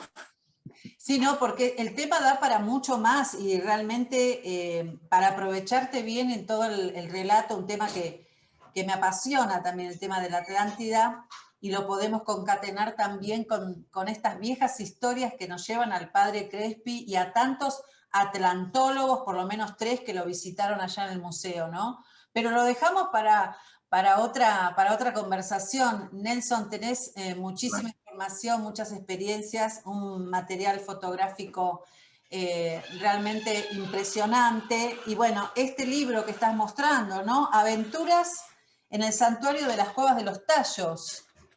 Seres Exacto. intraterrestres.